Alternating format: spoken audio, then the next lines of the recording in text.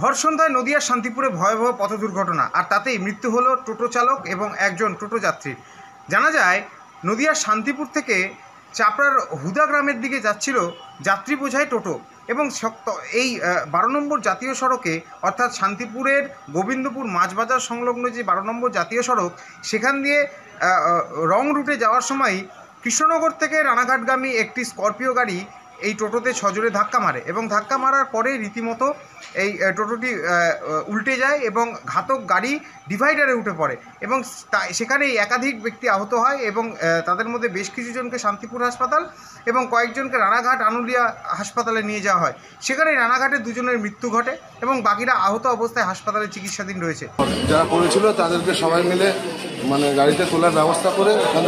কতজনের লেগেছে মোটামুটি পড়ে আসছিল তো দুটো মহিলা আর একটা মাঝবয়সী পুরুষ, বোধ হয় উনি টোটো চালক।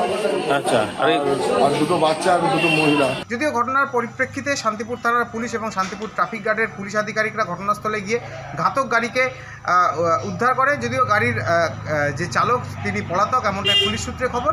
তবে এই ঘটনায় রীতিমতো চাঞ্চল্য ছড়ায় এলাকায় এবং এই ঘটনা থেকে আবারও সেফ ড্রাইভ সেভ লাইফ পালন করার জন্য বিশেষভাবে আবেদন জানানো হয়েছে পুলিশের তরফে।